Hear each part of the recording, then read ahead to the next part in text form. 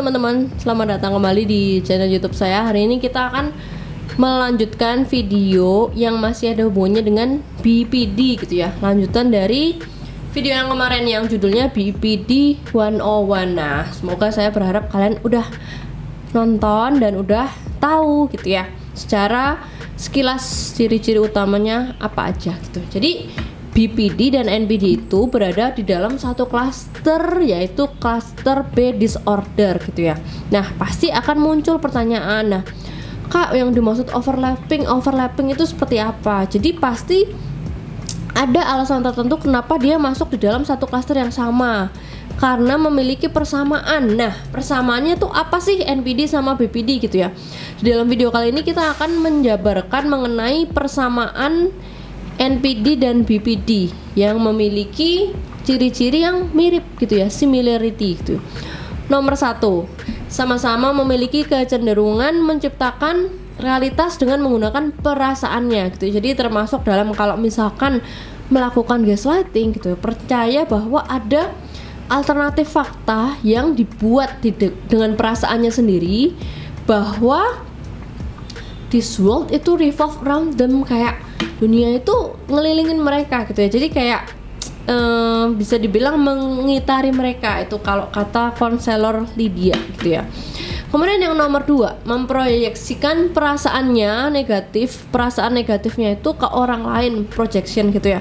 Ada orang bilang kalau seseorang yang diucapin dari mulutnya gitu ya, isinya cuman marah, makian, kebencian, itu artinya di dalam diri dia atau perbendaharaannya itu juga penuh dengan kebencian gitu guys. Nah, itu masuk di dalam persamaan BPD dan NPD gitu ternyata ya. Kemudian yang nomor 3, memiliki kesulitan untuk mengakui kesalahan gitu ya. Itu trademark narsisis banget gitu kan, dan cenderung mudah ngejudge orang lain atau menyalahkan orang lain. Ternyata ini juga overlapping dimiliki oleh BPD.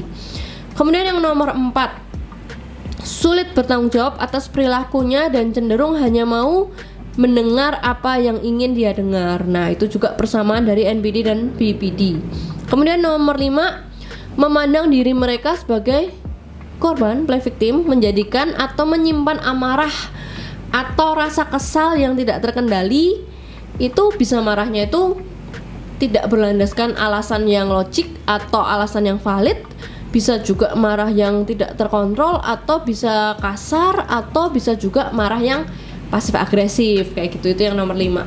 Kemudian yang nomor 6, dalam mencari rasa aman atau kenyamanan pribadi itu membutuhkan validasi dan perhatian gitu. Kemudian yang nomor 7, memiliki rasa sensitif yang tinggi atau pedih terhadap rasa malu, nggak tahan deh gitu, kayak lava di kulit mereka gitu, jadi nggak kuat menanggung malu. Nah, itu salah satu yang mungkin kalian udah sering dengar di dalam ciri narsisis. Ternyata borderline juga seperti itu. Kemudian yang nomor 8, abusive secara emosional dan bisa verbal, sehingga memiliki hubungan yang tidak stabil terhadap orang terdekat di dalam ranah interpersonal relationship yang up and down gitu ya. Kemudian yang nomor 9 itu black and white thinking guys, muncul lagi ya. Jadi memandang sesuatu all black all white. Jadi kalau misalkan kita lagi kesal sama seseorang, kita itu bisa menjaga tetap perasaan positif. Oh, bagaimanapun dia itu masih orang yang baik. Oh, bagaimanapun dia itu masih saudara gua, masih teman gua. Nah, kalau orang yang black and white thinking tuh nggak bisa menjaga perasaan positifnya ke seseorang ketika lagi kesel atau kecewa gitu. Jadi bisa tega, soalnya memandangnya itu all in idealisasi atau all in devalue gitu. Kalau kata konselor Lydia, all or nothing gitu ya. Yang nomor 10, sulit peduli apa akibat dari perilaku dan kata-katanya yang menyakiti orang lain. Jadi itu masih berhubungan juga dengan empati gitu ya. Jadi ketidakdewasaan emosional gitu ya. Kemudian yang nomor 11 itu sensitif atau sulit menerima kritik dan hal-hal yang tidak sesuai ekspektasi mereka. Nah, narsisis kan hypersensitif. Nah, kalau borderline ini kenapa sensitif banget? Soalnya dia nggak kuat menanggung rasa malu yang begitu besar.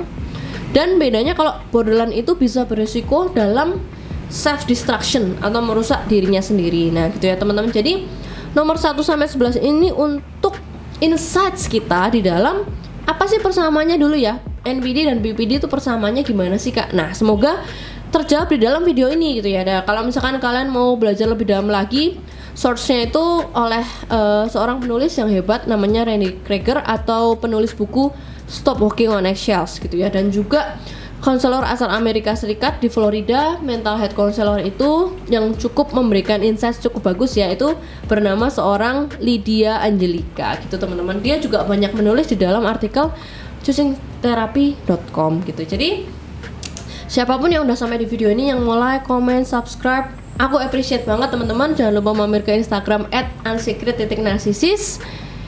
Sampai jumpa di video selanjutnya, semoga bermanfaat.